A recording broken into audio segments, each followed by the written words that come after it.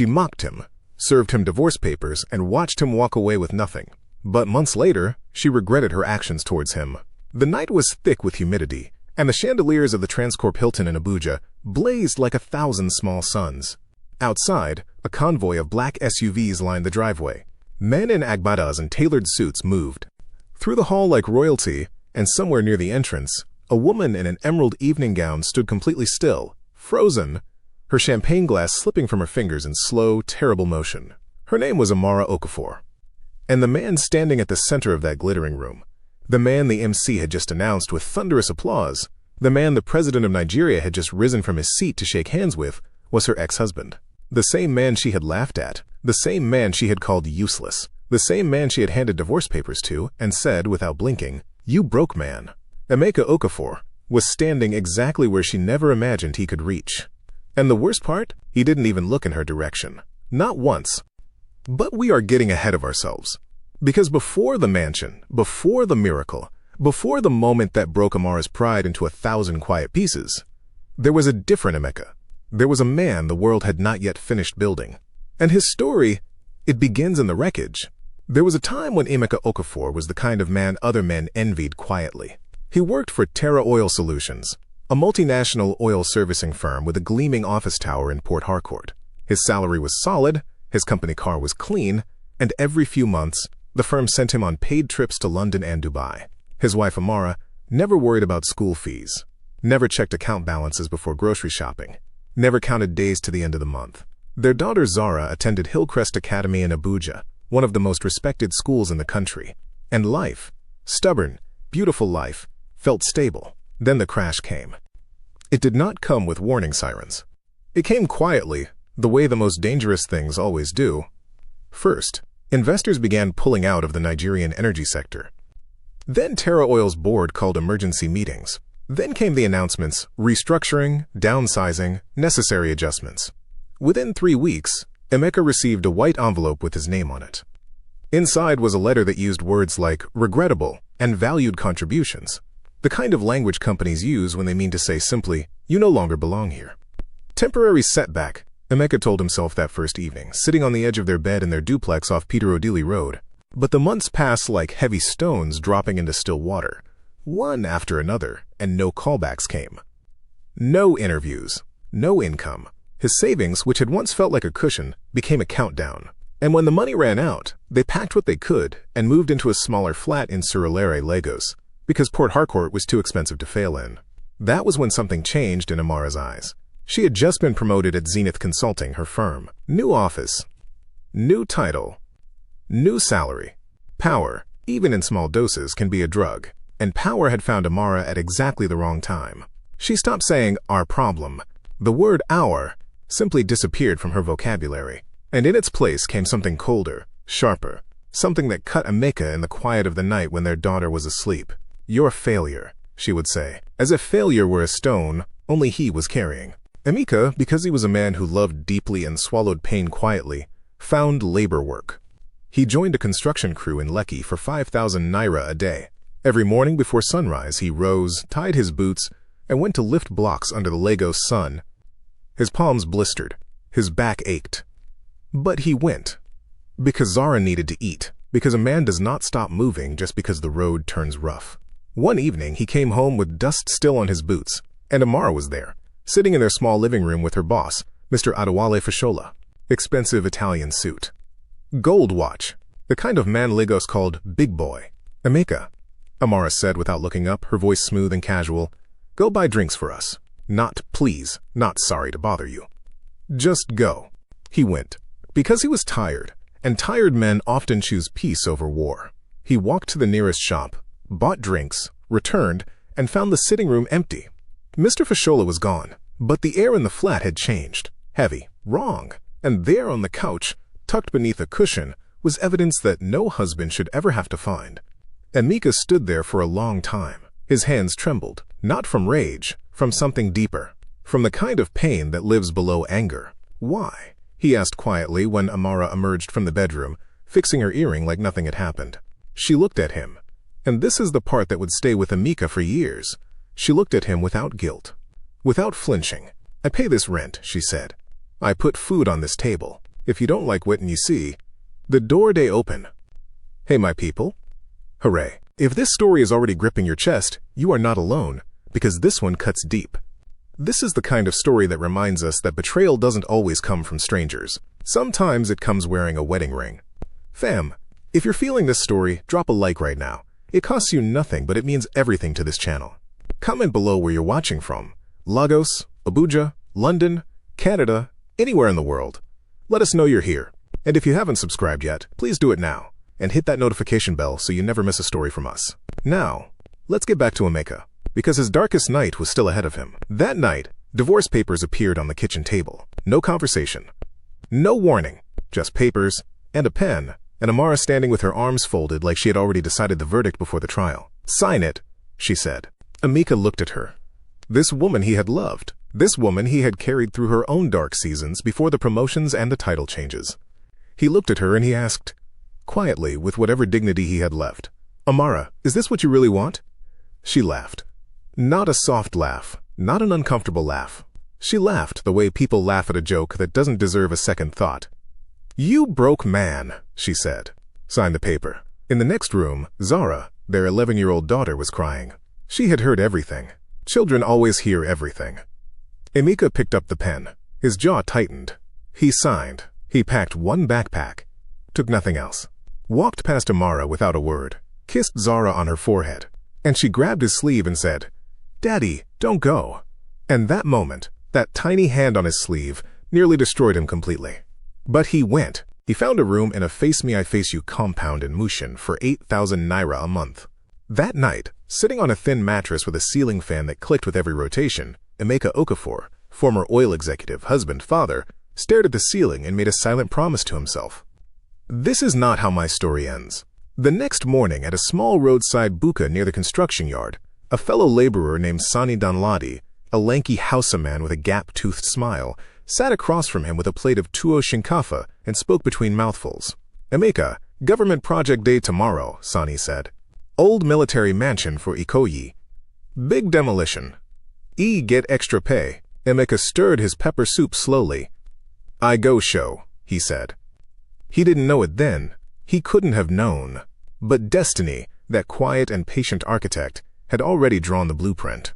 And the address on that blueprint was the old mansion on Ikoyi. Was the abandoned mansion just another day's work? Or was something buried inside those broken walls waiting specifically for Emeka Okafor? Some doors don't open with keys. They open with hammers. And sometimes, the miracle is hidden exactly where the pain sent you. There are moments in a man's life that split everything into two, the before and the after. The morning Emeka Okafor climbed into that government truck headed for the old military mansion in Ikoyi, he was still there before. Still the man with the thin mattress and the clicking ceiling fan. Still the man whose wife had laughed at him while the ink dried on divorce papers.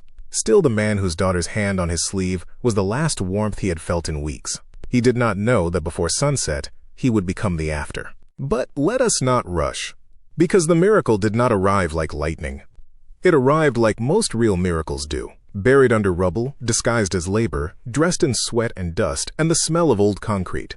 The mansion on Bourdion Road, Ikoyi, had not seen human laughter in over a decade.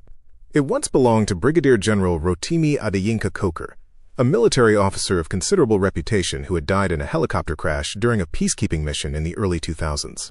After his death, the property entered that peculiar Nigerian legal limbo, disputed ownership, government seizure orders, court injunctions, and so it sat.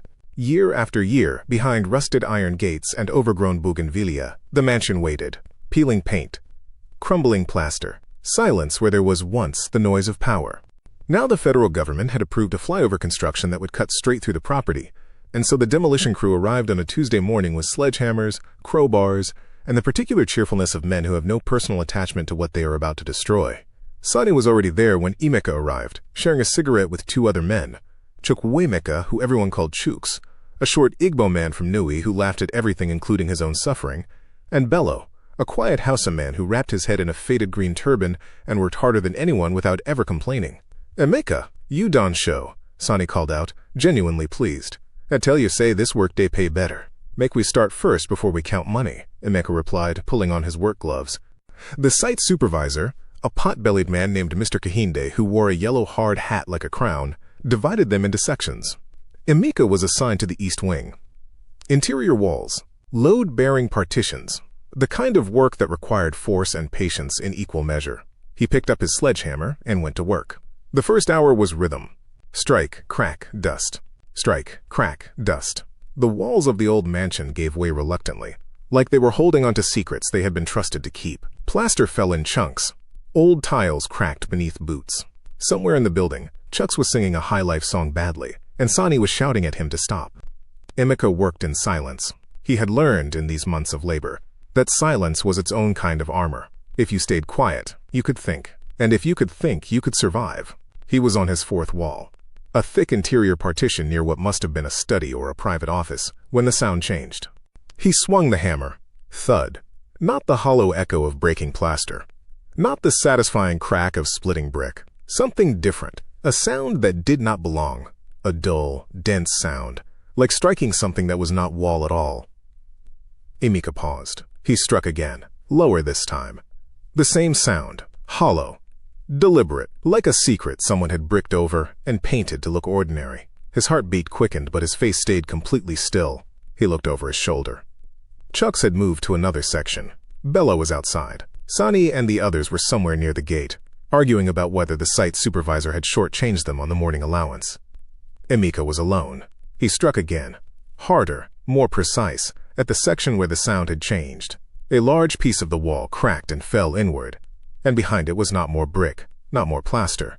Behind it was darkness, and inside that darkness, a space, a deliberately constructed hidden cavity no bigger than a wardrobe, built into the very bones of the mansion wall.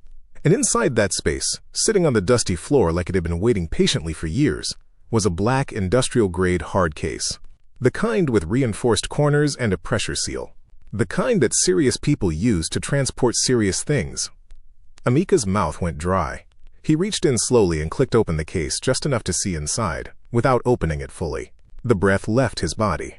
Stacks of United States dollars, vacuum-sealed in thick plastic wrap, arranged with the precision of someone who had planned never to be found. The bills were clean.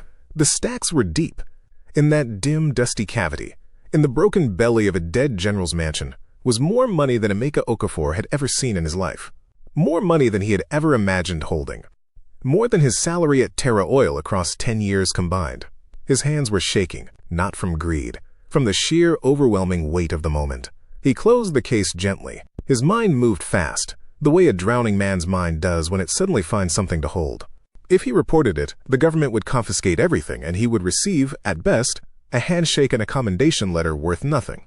If the wrong people found out he had discovered it, his life would be in danger before morning. These were not the savings of an ordinary man. This was money that had been hidden behind walls, in a sealed mansion, by a military officer. This was the kind of money that came with history, and history in Nigeria, especially military-era history, could be fatal. He closed the case, covered it with fallen debris, walked calmly out of the east wing, found Sonny near the gate, and asked loudly enough to be heard, "Sonny, which side the OGA say make we break next?" Casual. Steady, like nothing had happened. "Fam, I need to pause right here. Hooray, because this moment, this exact moment, is where a man's entire destiny balances on a knife's edge. One decision. One choice. And everything changes." If this story is gripping you, please smash that like button right now. Let's push this episode to people who need to hear it. Drop a comment and tell me, what would you have done in Emeka's position? Would you have reported it, or would you have done what he did? I want to read every single comment. And if you're new here, welcome to the family. Subscribe and hit the bell so you never miss a story. We tell stories here that touch the soul. Now let's get back to Emeka, because the hardest part wasn't finding the money. The hardest part was what came next. That evening, as the crew packed up and the site supervisor signed off their work tickets, Emeka lingered. He told Sonny his boots had come loose, and he needed a minute. Sonny, trusting and unaware, climbed into the truck and waited.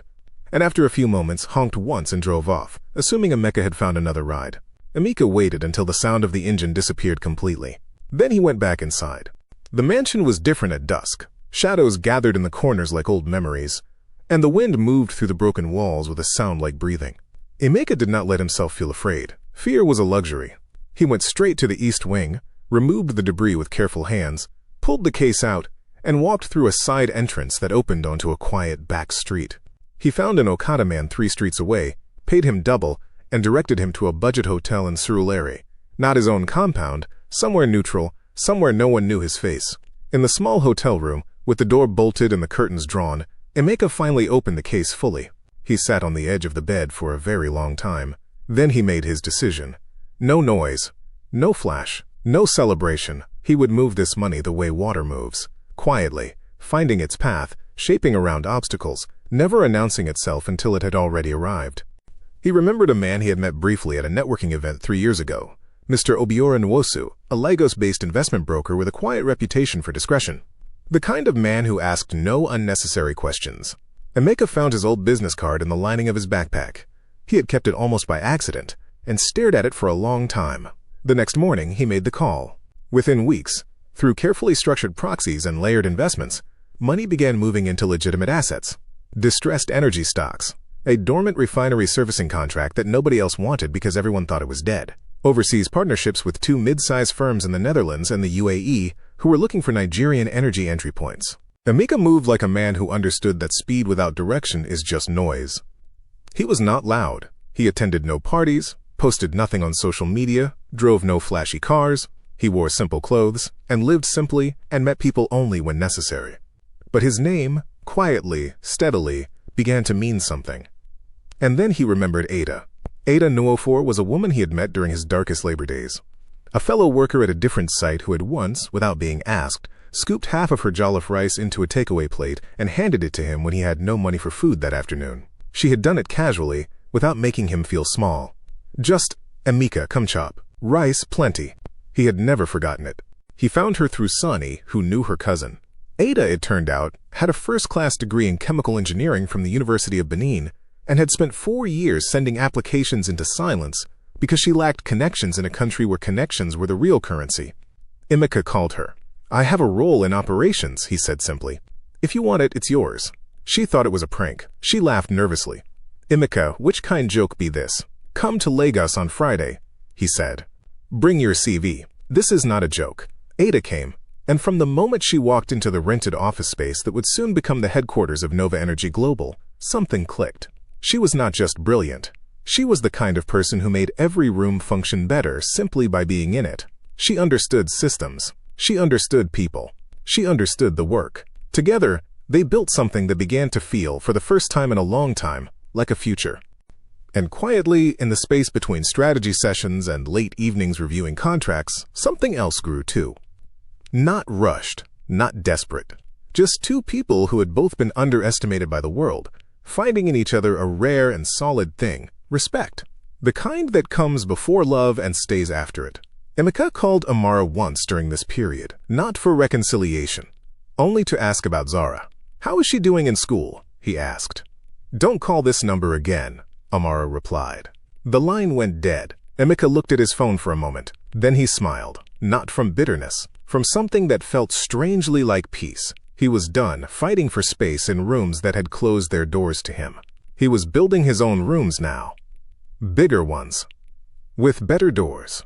6 months after finding that black case in the broken wall of a dead general's mansion, the federal government announced the award of a major refinery revitalization contract worth billions. The winning company was NovaEnergy Global. Chairman Amara Okafor.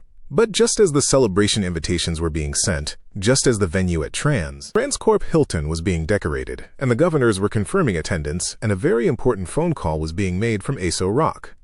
Somewhere across Lagos, a woman in an emerald green gown was getting ready for a corporate dinner she had been invited to through her firm's connections. Amara Okafor did not yet know whose dinner it was. She did not yet know that the name on the invitation, NovaEnergy Global Chairman E. Okafor, was the same man she had handed a pen to and laughed at while he signed his name away. She was about to find out. Was Amara walking into a room that would humiliate her? Or was there still a chapter of this story that nobody, not even Emeka, had seen coming? The Abuja night was just getting started, and not everyone would leave that hall standing tall. The chandeliers of the Transcorp Hilton Grand Ballroom had seen many powerful nights.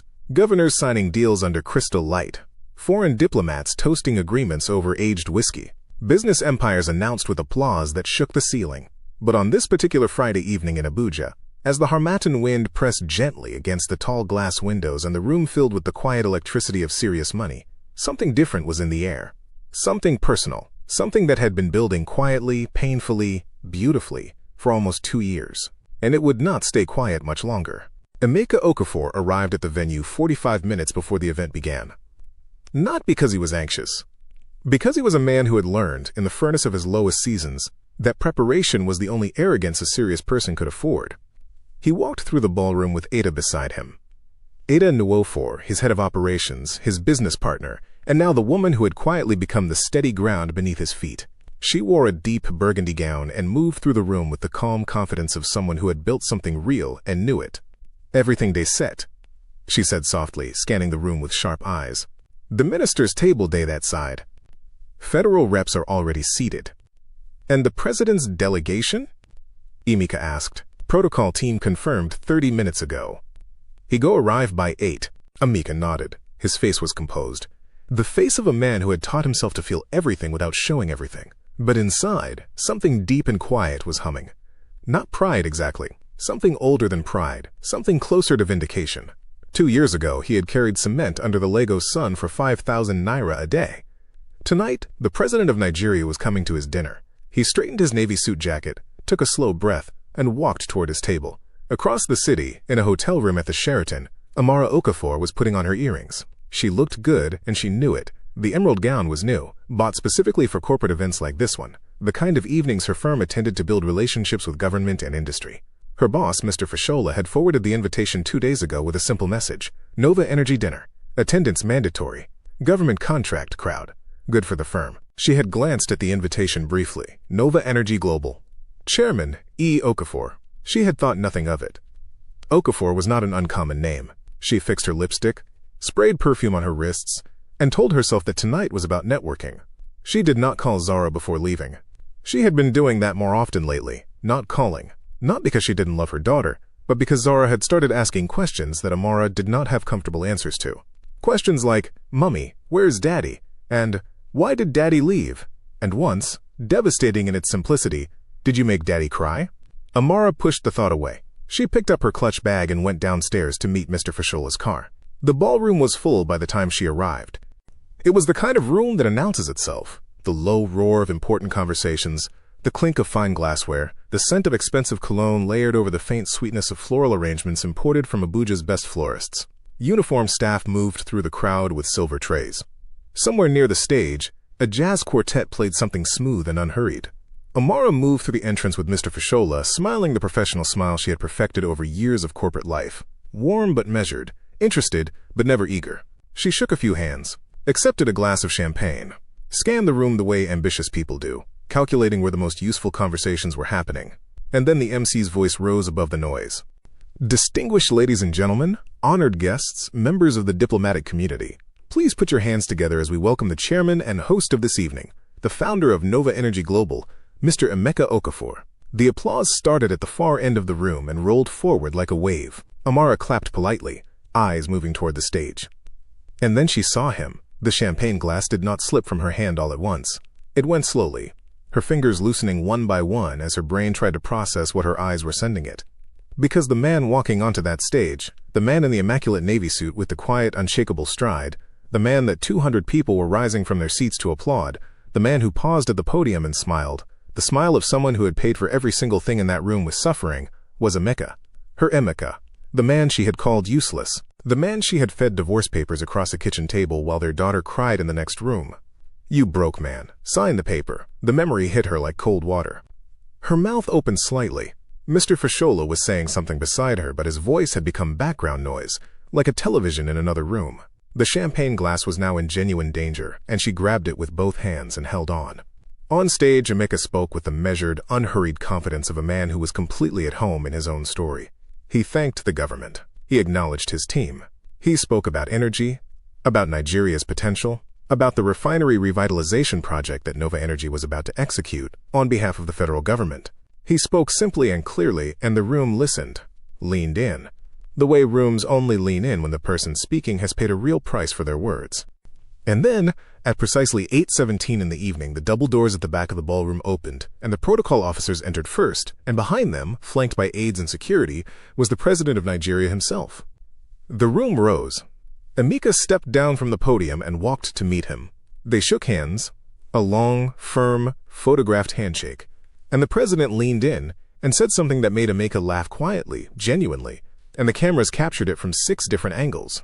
Amara watched all of this from across the room, completely still, like a woman watching her own life play out on a screen she could not pause or rewind. Hey, my people. Hooray. I need to stop right here because can we just take a moment? This scene right here is why we tell stories. This is why we believe in people when the world has stopped believing in them. This is why we don't write people off, just because they are going through a hard season. Fam, if this story has moved you, if Emeka's journey has touched something real inside of you, please smash that like button right now. Share this episode with somebody who needs to hear it today. Someone who is in their dark season, carrying cement under the sun, feeling like the world has looked them in the eye and laughed. Send this to them. Comment below and tell me, did Amara deserve to walk into that room? Or was this too soft a consequence for what she did? I want to know what you think. And if you are not yet subscribed, please do it now and hit that notification bell, because this storytelling family is growing every single day, and we want you in it. Now let's get back to Abuja, because Emeka and Amara have not spoken yet, and that conversation is about to happen whether either of them is ready or not. It was after the formal program, after the dinner plates had been cleared and the jazz quartet had returned and the room had softened into smaller, warmer conversations that Amara moved. She had spent the entire evening watching him, watching the way ministers approached him with the careful deference that powerful people reserve for people who are more powerful, watching Ada beside him, the easy way they communicated without full sentences, the quiet partnership of 2 people who had built something real together. Watching the president's aide hand Emeka a card and seeing Emeka receive it without a trace of the desperate gratitude she might have expected. He was not the man she had last seen walking out of their Surulere flat with 1 backpack. He was someone entirely different. And yet, underneath the navy suit, underneath the applause and the chandeliers, she could still see the man she had met at a mutual friend's birthday party in Port Harcourt 15 years ago. The man who had brought her pepper soup when she was sick. The man who had danced terribly at their wedding and not cared even slightly. The man she had handed a pen and told to sign his name away. Her feet carried her across the room before her pride could stop them. Emeka, she said. He turned, and this was the moment Amara had perhaps feared most, because she had constructed, in her imagination, several versions of how Emeka might look at her if they ever met again. Anger, contempt, satisfaction, the cold enjoyment of a man watching the person who wounded him finally understand what they had done. But the look on Emeka's face was none of those things. It was calm, simply terribly calm, the way deep water is calm. Not because nothing is beneath it, but because what is beneath it has long settled. Amara, he said, not a question, not a greeting exactly. Just acknowledgement. She had prepared words, but they dissolved. What came out instead was the truth, raw and graceless. I didn't know, she said. Her voice was lower than she intended. I didn't know it was your event. I didn't know any of this was. I didn't know you had. She stopped, started again. I'm sorry, Emeka. I'm genuinely sorry for everything. For how I spoke to you. For what I did. For Amara. His voice was quiet, not cutting, not unkind, just firm. The voice of a man who had processed this conversation alone 100 times and had arrived at his answer long before she arrived at the question. I forgave you, he said. I want you to hear that clearly. I forgave you. Not because what you did was small, but because I refused to carry it with me. It was too heavy, and I had too far to go. She felt the tears before she could decide whether to let them fall. Can we? She began. No, he said, gently. Completely. I can't return to where I was disrespected. That door is closed, and it needs to stay closed. Not from bitterness, but from wisdom. He paused, and something warm moved briefly through his expression. But Zara, our daughter will always have both of us. That will never change. I will be in her life completely. That I promise you. Amara nodded. A tear escaped. She did not wipe it. Emeka looked at her one final moment. Not with triumph, not with cruelty, but with the steady gaze of a man who had walked through fire and come out the other side knowing exactly who he was. Then he turned and walked back toward Ada, who was speaking with a group near the minister's table and who looked up and caught Emeka's eye and offered him the small, knowing smile of a woman who understood everything without being told. Amara stood alone for a moment in the middle of that glittering room. Around her, the evening continued. Glasses clinked. Conversations hummed. The jazz quartet played something slow and aching. She was the only person in that room who was not celebrating. Back in Lagos, in a quiet apartment in Lekki that Emeka had arranged and was paying for without announcement, 11-year-old Amara Okafor sat at her desk doing her homework. Her school bag hung on the door. Her textbooks were open. But she was not reading. She was looking at a photograph she had found in her mother's drawer 3 weeks ago. A photograph of her parents at what looked like a beach, both of them laughing at something outside the frame, her father's arm around her mother's shoulder, both of them young and unaware of everything that was coming. Zara touched her father's face in the photograph with one finger. Her phone buzzed. She picked it up. A message from an unsaved number. She opened it slowly. Zara, it's Daddy. I know it's been a while. I'm sorry I haven't been closer. That change is starting now. I will be there Saturday morning. We will talk about everything. I love you more than you know. Dad. Zara read the message 3 times. Then she pressed the phone to her chest and closed her eyes, and let out a breath that had been held for so long it had started to feel like part of her. She would see her father on Saturday. Everything was going to be... The phone rang. Not Emeka's number. A different number. A number she didn't recognize. She almost ignored it. But something made her answer. Hello, she said quietly. A woman's voice came through. Controlled but urgent. Official sounding. Is this Amara Okafor? Yes, Zara said slowly. My name is Agent Bello, the woman said. I'm with the Economic and Financial Crimes Commission. We need to speak with your father. Emeka Okafor. Urgently. Do you know how to reach him? Zara's blood went cold. Why? She whispered. What happened? There was a pause on the line. The kind of pause that contains information too large for a phone call. Miss Okafor, the woman said carefully. Your father's accounts have been flagged. There is an ongoing investigation into the source of funds used to establish NovaEnergy Global. We have reason to believe. The call dropped. Zara sat frozen. The phone still pressed to her ear. The dead line buzzing faintly like a warning she didn't yet know how to read. 3 floors below her apartment, a black SUV with tinted windows and no number plates had been parked on the street for the last 40 minutes. And inside it, 2 men in plain clothes were watching the entrance to the building. Waiting. Had someone been watching Emeka all along? From the moment that sledgehammer struck a hollow wall in Ikoyi? And if the EFCC had found a thread to pull, how much of the life he had built was about to unravel in a single night?